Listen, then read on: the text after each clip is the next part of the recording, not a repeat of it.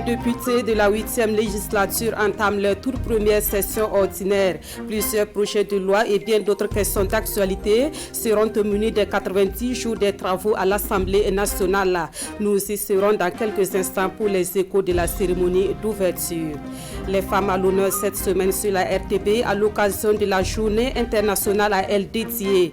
Le sujet de ce soir nous conduira à Zignaré où les femmes de l'association Yamwekere s'activent au quotidien pour la transformation et la commercialisation des produits forestiers non ligneux. Leurs conditions de travail sont à voir dans ce 20h. Le stade du 4 août suspendu par la Confédération africaine de football. Cette décision de la CAF est motivée par les mauvaises conditions du plus grand stade du Burkina Faso. Une situation à régler avant que les étalons ne puissent jouer un match international à domicile. Explication à suivre dans quelques minutes ainsi que la réaction du ministre des Sports et des Loisirs. Dans l'actualité également, c'est une nouvelle qui était très attendue pour éviter la crise chez les chauffeurs routiers. Ils verront désormais leur salaire augmenter selon une nouvelle convention qui devra prendre effet à la fin de ce mois. La dite convention a été présentée ce matin à la presse. Bonsoir, merci de nous suivre. Tout d'abord, sachez que le président de l'Assemblée nationale du Bénin et celui du Conseil national de la transition du Mali étaient en fin de matinée au palais de Kosiam. Avec le président du Faso, ils ont échangé sur des questions communes au Bénin, au Mali et au Burkina Faso. Il s'agit notamment de l'insécurité, du développement et de la coopération. Le point de l'audience avec Souleymane Sanou et Olopoda. Ce sont les relations d'amitié et de fraternité qui s'expriment ici au palais de Kosiam. Le président du Parlement béninois et celui du Conseil national de la transition du Mali disent venus féliciter Roch-Marc Christian Kaboré pour sa réélection. Au menu des échanges, la lutte contre le terrorisme au Sahel, la diplomatie parlementaire et les entraves au développement des trois pays frontaliers. J'ai évoqué avec M. le Président les sujets d'intérêt commun, notamment la sécurité dans le Sahel, les conditions de vie des déplacés, le renforcement des relations entre le Burkina et le Mali. Et nous a réaffirmé de tout son soutien et sa disponibilité pour la réussite et la bonne marche de la transition au Mali. Nous avons partagé les problèmes relatifs à la démocratie, l'état de droit et les problèmes de sécurité. Les problèmes de sécurité qu'on croyait uniquement ceux du Sahel, mais qui aujourd'hui est devenu une pieuvre qui étend ses tentacules vers la côte. Et en cela, nous devrions mutualiser nos efforts pour contrecarrer cette tendance à embraser tout le Sahel et y compris les pays côtiers. Louis Vlavonou et le colonel Malik Diao sont au Burkina sur invitation de leur homologue Alassane Bala Sakandé dans le cadre de l'ouverture officielle de la première session ordinaire de la 8e législature. Avant Kosiam, les deux personnalités ont échangé avec Alassane Bala Sakandé sur les voies et moyens pour le renforcement des relations entre les trois parlements. Justement, cet après-midi, les deux personnalités reçues par le président du Faso étaient à l'hémicycle. Elles sont assistées à l'ouverture de la première session ordinaire de l'Assemblée nationale. Dans son discours, le président Alassane Bala Sakandé a appelé ses collègues députés à un parlementarisme de proximité et de réforme au profit du peuple burkinabé. Voici un extrait de son discours que nous propose Ernest Akambiri. La spécificité de la plénière de cet après-midi tient en ce qu'elle marque le démarrage véritable de la 8e législature dans ses missions constitutionnelles pour les 5 années à venir. Nous procédons donc, dans une certaine mesure, à un acte fondateur d'un cycle législatif dont l'énormité des défis exige à l'échelle humaine, dévouement et sacrifice, et à une toute autre échelle, des dispositions dont nous ne sommes pas toujours les maîtres. Le parlementarisme de proximité auquel j'appelle de tous mes vœux et qui doit être leitmotiv de cette 8e législature implique que les élus soient en contact avec leurs concitoyens, tiennent des rencontres publiques, répondent si possible aux multiples sollicitations, qui ne sont pas que financières d'ailleurs, et fassent remonter les préoccupations des citoyens vers les sphères de décision nationales. Le meilleur moyen de servir le peuple étant de lui donner les moyens de se servir lui-même, alors offrons-lui les lois les meilleures dont il a besoin pour être l'artisan de son propre bonheur. Nous devons avoir le courage de nous interroger, d'interroger nos pratiques, d'interroger nos procédures parlementaires, d'interroger la portée des lois sur le quotidien de nos compatriotes, d'interroger nos règlements. Tout cela appelle à des réformes nécessaires et urgentes, comme celle adoptée dans le nouveau règlement de notre Assemblée nationale. Au cours de cette 8e législature, j'entends donner une nouvelle impulsion à la diplomatie parlementaire versus parlementarisme de développement et de proximité dans un nouveau contexte marqué par la pandémie du Covid-19, en renforçant la crédibilité de notre pays au sein des parlements. Et l'un des projets de loi qui sera bientôt soumis au vote des députés, c'est celui qui porte sur la prorogation des mandats des conseillers municipaux et régionaux pour 1 an. Ce projet de loi a été adopté par le Conseil des ministres de ce mercredi. La question de la mobilité urbaine, les statuts de la RTB et des éditions citoyennes et bien d'autres dossiers étaient également au menu de ce Conseil. La synthèse avec Moussa Ouedraogo et Caroline Ouari. Prorogation d'une année pour les élus municipaux. Finalement, les joutes électorales autour des communes devraient se tenir en 2022, précisément au mois de mai. Le Conseil des ministres donc, a adopté un projet de loi qui vise donc à demander à l'Assemblée nationale la prorogation du mandat des élus locaux afin de pouvoir conduire dans une dynamique de discussion dans le cadre du dialogue politique et avec tous les acteurs une réforme législative, un certain nombre de réformes, naturellement. Le Code électoral ne pourra pas échapper à ces réformes. Le Code général des collectivités également ne pourra pas échapper à ces réformes, afin de faire en sorte que les prochaines élections soient vraiment des élections tout à fait crédibles et transparentes. La question qui a fait des gorges chaudes au sein des médias d'État et de l'opinion publique trouve une place à nouveau au Conseil des ministres. Les statuts de la RTB et des éditions citoyennes trouvent approbation. En rappel, la loi du 4 septembre 2015 a accordé le statut de société d'État à tous les médias publics. Vous vous en souviendrez. Et il s'agit ici, en l'occurrence, des éditions Citoya et la RTB. Pour leur transformation en société d'État, des études de faisabilité avaient indiqué que les médias publics devraient passer par un statut dérogatoire.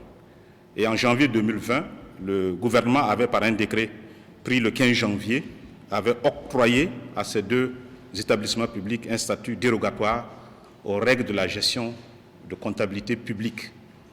Il s'agit donc, en adoptant ces deux décrets aujourd'hui, de faire en sorte que le statut dérogatoire au profit de la RTB et des éditions citoyennes soit donc effectif. En étude depuis 2016, le dossier de la mobilité urbaine aussi se précise. Nous avons 230 bus pour la mobilité dans le Grand Ouaga, mais arrêté nous livre donc 330 bus parce que nous avons donc au niveau du parc de réserve donc 100 bus pour les questions liées donc aux locations au niveau donc de la Sotraco. Il y aura une phase aménagement de voirie pour permettre aux bus qui vont circuler d'être donc à mesure d'être à l'heure et de pouvoir être aussi efficaces. Sur le volet eau et assainissement, un projet d'extension de la couverture de l'accès à l'eau potable est en cours, en vue de doter les régions les moins couvertes par une cinquantaine de systèmes d'adduction. La réalisation de ces systèmes d'adduction d'eau potable se fait dans le cadre du programme d'approvisionnement en eau potable et assainissement. Et le Conseil donc a marqué son accord pour l'attribution de marchés pour un coût total de 9 340 millions de francs CFA. La liste des entreprises attributaires ainsi que leurs lots vont figurer donc dans le compte rendu écrit donc du Conseil des ministres qui vous parviendra. La suspension du stade du 4 août pour abriter les matchs internationaux est aussi discutée. Sur le sujet, le Conseil instruit l'accélération du projet de réhabilitation du stade en question. Puisque ce n'est pas un cas spontané, c'est une situation déjà connue. Il y avait un projet de réhabilitation du stade du 4 août. Donc avec cette décision de la CAF, le Conseil de ministres a instruit le ministre des Sports d'accélérer le dossier afin que rapidement le Burkina se retrouve dans les normes pour continuer à abriter donc, les matchs de la CAF.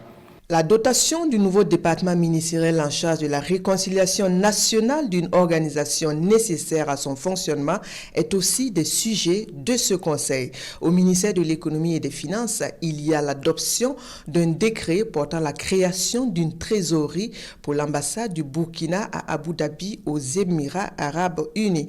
Pour le département en charge des affaires étrangères, de nouveaux ambassadeurs dont pour la Tanzanie et le Royaume d'Espagne sont attendus. Vous l'avez entendu, nous évoquons à présent cette nouvelle qui fait la une dans le milieu du sport burkinabé. Vous ne verrez plus les étalons jouer un match international à domicile avant la résolution d'un problème soulevé par la CAFA. La Confédération africaine de football estime que le stade du 4 août, le plus grand stade du Burkina Faso, ne répond plus aux normes. Elle a donc décidé de sa suspension. Explication dans ce téléma signé Jérôme Tsendrebego. La décision de la Confédération africaine de football de suspendre le stade du 4 août pour les compétitions internationales est tombée, sèche mais pas surprenante. Depuis quelques années déjà, on savait cette infrastructure, fruit de la coopération sino-burkinabé, inaugurée le 28 juillet 1984 par le président Thomas Sankara, sous menace de suspension au regard non seulement de la vétusté de certaines de ces installations, mais aussi des nouvelles exigences de la FIFA pour l'homologation d'un stade. Il s'agit notamment de mettre des sièges assis dans l'ensemble des tribunes, de mettre 3 tableaux électroniques, de mettre les vestiaires aux normes, d'avoir des bancs de touche aux normes, de mettre 6 mâts de drapeau pour la compétition, la vidéosurveillance et maintenant disponibiliser la connexion Internet dans la tribune de presse et l'ensemble du corps, ce qui permet une certaine surveillance sécuritaire du stade. Fort de ce constat, le gouvernement avait alors décidé d'allouer un budget de 10 milliards de francs CFA pour la réhabilitation du stade du 4 août. Présentement, l'État a pu mettre à la disposition du département 4 milliards sur 2 ans, c'est-à-dire 2020-2021 pour la réfection. Il faut étudier comment prendre le minimum possible pour que les stades puissent être dans les normes pour pouvoir jouer les matchs à venir. Le programme de réhabilitation n'a pas eu le temps d'être élaboré et voici le meilleur stade du Burkina out. Les étalons devront se résoudre à recevoir leurs adversaires à l'extérieur. Et pour combien de temps? Je voudrais rassurer le public sportif que nous sommes en train de voir les dispositions à prendre pour permettre aux étalons de jouer dans de bonnes conditions. Il y a 2 choses. Nous allons certainement, pour répondre à la lettre de la CAF, délocaliser ce match. Je vous dirai très bientôt où le faire. Et deuxièmement, je pense que le gouvernement a donné son accord pour que le stade du 4 août soit rénové et mis aux normes. Le lieu du match du 29 mars Burkina-Soudan du Sud, comptant pour la 6e et dernière journée des éliminatoires de la CAN 2021, n'est pas moins préoccupante. Dans l'urgence, la Fédération burkinabé de football devra déjà négocier un stade homologué et soumettre une proposition à la CAF dans les meilleurs délais. Il y a non seulement les étalons, mais vous savez qu'il y a Salitas aussi, qui a 3 matchs à jouer ici. Donc il y a toutes ces questions-là que nous sommes en train de voir. Mais je pense que demain, on verra. Abidjan, le Maroc, le Bénin, le Sénégal, on est en train d'investiguer partout. C'est dire que les 24 heures à venir ne seront pas du tout repos pour les autorités en charge du sport. Il y a donc urgence à réagir et du côté du ministère des Sports et des Loisirs, l'on rassure quant à la réhabilitation des infrastructures sportives. Je vous invite à suivre la réaction du premier responsable de ce ministère. Il s'exprime au micro de Konstoun Koulibaly et Christelle Dabri. Il faut tenir compte du fait que nous avons besoin de faire un ouvrage de qualité. Il ne s'agit pas de faire une rénovation pour faire une rénovation. La seconde chose qu'il y a, c'est que c'est de l'argent public. Et l'argent public, c'est une procédure pour être utilisé. Et quelles que soient nos ambitions que nous avons par rapport à ce projet, nous ne sommes pas ceux qui viendront violer les dispositions réglementaires pour pouvoir engager un projet. Et c'est pour ça que je dis le processus suit son cours normal. Et au niveau du gouvernement, nous sommes à pied d'œuvre. Et cette mesure, c'est vrai qu'elle contrecarre un peu nos projections, mais ça n'empêche rien à ce que notre projet continue à se dérouler tel que nous l'avons prévu. Il ne s'agit pas de parler avec émotion, ni avec la passion qui est le domaine du sport. Voilà, c'est une procédure qui suit son cours, que je suis venu trouver, que j'accompagne et qui va aboutir.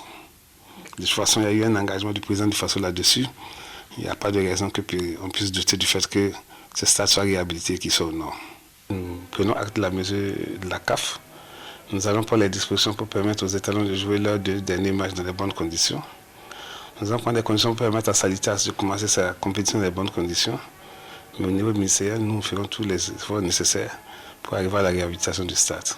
Ce que nous, on peut faire, c'est une fois que la fédération identifie où ils veulent aller, dans quelles conditions ils veulent aller, c'est de rechercher les ressources nécessaires pour les permettre de pouvoir réaliser ce programme. Et puis sachez que le sujet de la suspension du stade du 4 août et bien d'autres sujets seront débattus dans votre émission Sport Box.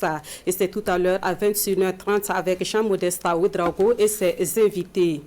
Une réflexion autour de la gouvernance administrative et locale. Cela se passe au cours d'une session organisée par le ministère en charge de la fonction publique. Ceux qui y prennent part devront faire le point sur les avancées et définir les perspectives en matière de gouvernance dans les administrations publiques au Burkina Faso. Nous suivons la cérémonie d'ouverture de la session avec Adama Guiti et Caroline Ouari. Autour du sujet, les responsables des départements ministériels, les acteurs non étatiques et les soutiens techniques et financiers de la réforme administrative. Sur l'évolution du chemin parcouru, le département de la fonction publique qui conduit de front la mise en œuvre de la réforme fait une analyse plutôt positive de l'évolution du dossier. Les actions sont entièrement réalisées et d'autres non achevées totalement, mais pour lesquels l'on observe des taux d'exécution très satisfaisants. De façon globale, on note que sur les 48 produits attendus, les 13 ont été entièrement réalisés et 33 sont partiellement réalisés. C'est un produit, à savoir la coopération transfrontalière, qui devrait être renforcée, n'a connu aucun début de réalisation. Dans l'ensemble, il faut noter que les taux d'exécution physique et financière des effets attendus du PNDS dans le cadre de ce PCSD sont respectivement de l'ordre de 74,12% et de 74,18%. Du point de vue des perspectives, l'appel est à poursuivre dans le sens des acquis actuels. Maintenir la collaboration avec les différents acteurs impliqués est aussi des recommandations. Le document cadre attendu est pour la période 2021-2025. Les objectifs y poursuivis sont ceux du référentiel national de développement en cours de finalisation. Nous abordons à présent l'actualité relative à la commémoration de la Journée internationale des droits de la femme. Dans le Sahel, la coordination régionale des femmes a lancé les activités entrant dans le cadre de cette journée. L'accent est mis sur la sensibilisation sur le cancer du col de l'utérus. Mieux, les femmes de la région bénéficient gratuitement d'une séance de dépistage. Bouré Makane et Lazare Sanou. Venus des contrées de la région du Sahel, ces mères et futures mamans sont sensibilisées sur le cancer du col de l'utérus, les risques sanitaires et les avantages du dépistage précoce. Du 4 au 6 mars prochain, elles bénéficieront de consultations et de prises en charge afin de lutter contre cette maladie dite émergente. C'est un dépistage de masse. On a beaucoup de femmes. Voilà, on a la chance avec la population cible qui va nous visiter pour bénéficier de ce dépistage, de pouvoir identifier des cas suspects ou bien des cas de lésions précancéreuses qu'on va pouvoir traiter et les femmes vont être déclarées guéries. Dépister tôt permet de faire un traitement précoce et engendrer une guérison et les femmes vont retrouver leur état de santé normal. La coordination régionale entend donc sonner le rassemblement afin que le maximum de femmes profitent de la campagne de dépistage. Ce que nous allons faire, nous allons répercuter l'information au niveau de nos sœurs, au niveau de nos mamans, et au niveau de nos enfants. Parce qu'avant, nous n'avons pas cette opportunité de faire le dépistage du col de l'utérus. Soit si la femme est malade, on l'envoie à Kaya ou bien à Ouagadougou. Mais vraiment, nous pouvons faire ça à Dori ici. Vraiment, nous nous réjouissons, nous les femmes. On sait que vraiment, 8 mars, ça a beaucoup amélioré la femme. Et vraiment, c'est que nous demandons que ça continue pour que les femmes puissent s'épanouir et se développer. Les femmes présentes à cette session ont été invitées à être des relais auprès de leurs sœurs afin de prévenir les dommages liés au cancer du col de l'utérus. Et c'est de notre série de reportages sur les femmes à l'occasion de la journée à elles dédiée. Ce soir, nous donnons de la visibilité aux activités des femmes de l'association Yamouékré, basée à Zignaré dans le plateau central. Elles s'intéressent particulièrement à la transformation et à la commercialisation des produits forestiers non ligneux. L'activité est rentable, mais des difficultés sont à signaler. Des précisions avec Adama Giti et Amandine Lalsaga. Une séance de production de savon de toilette à base de cire d'abeille. Nous sommes à Zignaré, à l'unité de transformation de produits forestiers non ligneux de Chantal Soubega. Avec ses camarades, le processus de transformation est déroulé et le produit fini nous est présenté ici avec fierté. Pour pouvoir faire le savon, il faut beurre de karité, huile de coco et huile de graines de coton. Puis c'est le savon de toilette pour que ça soit mou. Et il y a la soude caustique et la carbonate de soude aussi qu'on mélange. En plus du savon, ces femmes donnent une nouvelle vie à ces produits forestiers non ligneux exposés ici dans cette boutique située sur la Nationale 15, tronçon Zignaré Kaya. C'est ici que nous écoulons nos produits. Il y a les savons que nous produisons. 3 types de savons. Il y a le savon à base de moringa, à la cire d'abeille et savon miel. Il y a les parfumels aussi que nous écoulons ici. Par exemple, il y a le bananitaise, fruit de bananitaise, il y a le tamarin, et il y a jib-jib. Organisées en coopérative grâce au soutien de partenaires, ces femmes tirent leur pitance quotidienne du séchage et de la transformation de produits forestiers non ligneux. Comme chaque année, on fait les bilans avec elles. Et on a constaté un chiffre d'affaires de 82 millions de francs CFA dégagés par les activités faites par les 200 femmes. Souvent, c'est parce que la femme manque de participation financière dans les ménages qui font le plus souvent ces violences-là.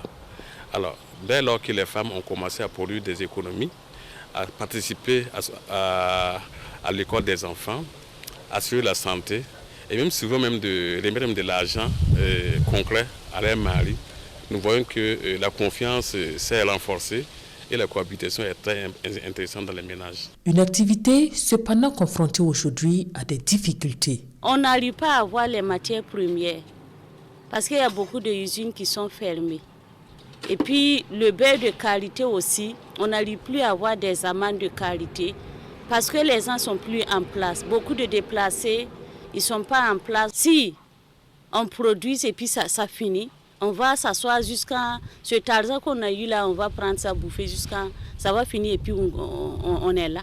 On ne gagne pas les produits pour le faire. Actuellement, c'est compliqué. Même pour s'occuper de la famille, vraiment, c'est pas facile. Avant là, on n'avait même pas aucun problème. Même côté scolarité de nos enfants, on n'avait pas de problème. Mais maintenant là, vraiment c'est compliqué. Même la nourriture, même, c'est difficile. Parce qu'on n'arrive pas à travailler. Baisser les bras ou garder le cap, ces femmes nourrissent l'espoir dans tous les cas d'un lendemain meilleur.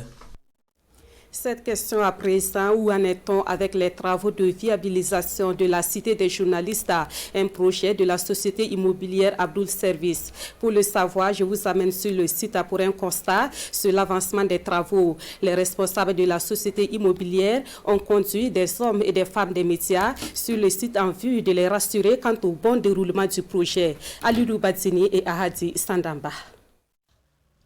C'est une visite terrain pour répondre aux allégations de certains souscripteurs de la cité Abdoul Service de Ouaga 2000. En invitant les hommes et femmes de médias, les responsables de la société entendent ainsi donner des éléments de réponse aux préoccupations des clients. Sur le terrain, le constat est là. La construction d'un canal d'évacuation des eaux pluviales de plus d'1 kilomètre de longueur, la mise en place progressive de l'électrification de la cité, la disponibilité de l'eau courante dans toutes les cours. On vous a fait appel ce matin pour que vous venez vraiment faire le constat sur le terrain par rapport aux riverains qui ont écrit dans les journaux et puis les presse en ligne, en nous traitant quand même des arnaqueurs et des personnes qui sont là, qui ne font pas leur travail. Il y a plus de 5 ou 6 mois pour la rencontre. Ils m'ont posé le problème pour me dire que la nuit, il y a l'obscurité. J'ai dit, nous avons déposé le courrier auprès de la Sonabel pour demander le branchement, mais la Sonabel est en train de traiter le dossier. Et je les ai proposé, si c'est comme ça, j'ai des amis qui font le truc solaire. Je vais les appeler, ils vont venir peut-être installer ça en attendant que la Sonabel arrive. C'est ça que vous constatez comme ça, par rapport à ce que je suis en train d'expliquer. On a mis pratiquement plus d'une quarantaine, une cinquantaine de poteaux solaires ici pour permettre aux habitants, ceux qui viennent tard la nuit, qu'il y ait l'éclairage pour éviter l'insécurité totale. En ce qui concerne les titres fonciers réclamés par les clients, le promoteur apporte des éléments de réponse. Le titre foncier sort un titre foncier maire. Il faut maintenant morceler individuellement pour sortir les titres fonciers là. Par exemple, ça s'appelle 5 titres fonciers qui doivent appartenir à 5 personnes. Et nous ont fait comprendre comme quoi il y a 62 à 70 titres fonciers qui sont disponibles. On peut peut-être prendre ça à partir de ce soir. Mais nous avons déposé plus de 300 titres fonciers depuis plus de 8 mois. Et nous partons au fur et à mesure au niveau des impôts. Les titres qui sont prêts, on prend ça pour pouvoir remettre ça aux propriétaires. Ici, à la cité Abdoul Service de Ouaga 2000, sur une cinquantaine d'hectares, entre 1500 et 2000 logements sont construits par la société. Cette visite terrain a permis également aux journalistes de constater l'état d'avancement des travaux de viabilisation d'autres sites de la société Abdoul Service. Une société qui dispose de 6 sites ici à Ouagadougou, avec déjà plus de 4000 logements construits. Et puis, ce rectificatif avant de poursuivre dans notre reportage sur la conférence de presse de la Socojib diffusée hier au journal de 20h, le mouvement de solidarité pour le droit au logement a été cité comme partie plaignante. Il s'agit plutôt de la coalition des associations pour la promotion du droit au logement qui est indexée. Toutes nos excuses donc. L'actualité au ministère de la Santé, c'est la réception ce matin d'un matériel roulant dont la valeur s'élève à plus de 90 millions de francs CFA. Le donateur est le ministère des Infrastructures et du Désenclavement. Le matériel est destiné au Centre national de transfusion sanguine pour des activités de collecte de sang. Nous suivons la remise avec Adama Giti et Nyarkiteda. Par cette remise de clés, le Centre national de transfusion sanguine CNTS entre en possession de 4 véhicules flambant neufs composés de 2 pick-up et 2 minibus pour un coût de 91 millions de francs CFA. C'est un ouf de soulagement pour le ministère de la Santé et le CNTS en particulier dans sa tâche quotidienne de collecte de sang. Avec beaucoup de satisfaction, car vous savez très bien que cette logistique roulante vient renforcer notre capacité en matière donc de mobilisation des produits sanguins au bénéfice donc des centres hospitaliers qui en ont besoin pour sauver des vies. Le geste est du ministère des Infrastructures et du Désenclavement. Et justement, pour le premier responsable du département, ce don entre dans le cadre de la réalisation du corridor Ouagadougou-Saint-Cancé-Lomé et qui prévoit la mise en œuvre d'activités connexes. Ce projet a prévu beaucoup de réalisations connexes au profit des localités traversées, mais également au profit des structures, des institutions. Et c'est dans ce cadre qu'il a été prévu, 1. La construction d'un centre régional de transfusion sanguine à Tenkodogo, 2. L'acquisition au profit donc du ministère de la Santé pour être affecté au Centre national de transfusion sanguine de 4 véhicules. Nous sommes particulièrement heureux de cette cérémonie qui montre encore une fois que la route mène au développement. Ces véhicules sont destinés au futur centre régional de transfusion sanguine de Tenkodogo qui va incessamment ouvrir ses portes et s'inscrit dans le même projet selon le ministre Éric Bougouma. C'est un projet financé par la BAD, la Banque africaine de développement. Autre titre de ce 20h et nous découvrons à présent la nouvelle convention sectorielle des transports routiers. Cette convention concerne une augmentation de 5 à 25% sur le salaire des chauffeurs routiers. Sa mise en application est prévue pour la fin du mois de mars 2021 selon l'Union des chauffeurs routiers qui était face à la presse ce matin. Nongba Kouda et Aimé Solange Digma. La bonne nouvelle, la convention sectorielle des transports routiers est révisée avec une grille salariale et indemnitaire revue à la hausse. La nouvelle est annoncée à cette conférence de presse organisée par l'Union des chauffeurs routiers du Burkina. Après les échanges, les employeurs ont concédé une augmentation de 5 à 25% sur les salaires de base des catégories E5, E6 et E7. Au regard de la pertinence des arguments de la partie employée, pour ce qui est de la grille indemnitaire, les employeurs, après échange, ont concédé 20% d'augmentation pour l'indemnité de transport et 20% d'augmentation sur l'indemnité de suggestion et une augmentation de 120% pour l'indemnité de logement conformément à la loi numéro 103-2015 CNT. Donc, portant bail d'habitation privée sur le loyer au Burkina Faso. Et ce n'est pas tout. À défaut d'indemnités spécifiques liées au risque, les parties prenantes ont décidé de renforcer l'hygiène, la sûreté, l'environnement, la sécurité et la santé dans chaque entreprise de transport et d'octroyer une prime de satisfaction laissée à la discrétion de l'entreprise. Comme elle n'est pas refermée, et pour l'instant, nous sommes satisfaits. Et dans les jours à venir, si se trouve qu'il y a encore des changements sur le terrain, nous allons encore répartir à nouveau pour voir les patrons et le gouvernement pour solliciter encore leur accompagnement. Cette nouvelle convention entre en vigueur dès la fin de ce mois de mars. Une invite est donc faite pour plus de vigilance en vue d'une meilleure application de la convention. Nous demandons à tous nos camarades conducteurs routiers du Burkina que l'application type de cette convention est de ce mois de mars. Dans le cas contraire, tout chauffeur doit se voir dans une entreprise non appliquée qui nous relaie immédiatement l'information et nous, au niveau du bureau, nous allons faire vraiment notre travail. Tout en remerciant tous ceux qui ont contribué à l'aboutissement de cette nouvelle négociation collective sectorielle des transports routiers, l'Union se dit déterminée à travailler afin de garantir une sécurité sociale à tous les travailleurs du secteur. Et pour les chauffeurs de taxi, voici une nouvelle facilité pour les échanges monétaires avec les clients. L'idée est portée par les promoteurs de l'application mobile dénommée Sanka. Ce service d'échange monétaire est désormais ouvert aux taximens de la ville de Ouagadougou à travers un accord de partenariat signé hier entre les développeurs de l'application et le syndicat des taximens du Burkina. Bernard Kombelem est bienvenu dans ça. Un téléphone portable, un code image à scanner pour s'acquitter de ses frais de transport sans avoir recours à la liquidité, une possibilité désormais offerte aux clients des taximens. Cela est possible à partir de la plateforme Mobile 5 grâce à un accord de partenariat entre les développeurs de cette nouvelle application et le syndicat des taximens du Burkina. Désormais, dans les taxis, pour ceux qui utilisent 5 aujourd'hui, vous pourrez maintenant scanner et payer avec les taxis partenaires. On veut résoudre le problème de monnaie. Avec 5, le paiement électronique est maintenant possible. Vous payez vos 300 francs, vos 500 francs, plus de problème de monnaie. C'est super, c'est rapide, c'est sécurisé et c'est fiable. Cette nouvelle transaction avec ce nouveau nez des portefeuilles électroniques est gratuite pour l'instant selon les développeurs, une idée qui enchante le syndicat des taximens du Burkina. Depuis des années, le problème de monnaie, ça rend des difficultés entre les clients et les taximans.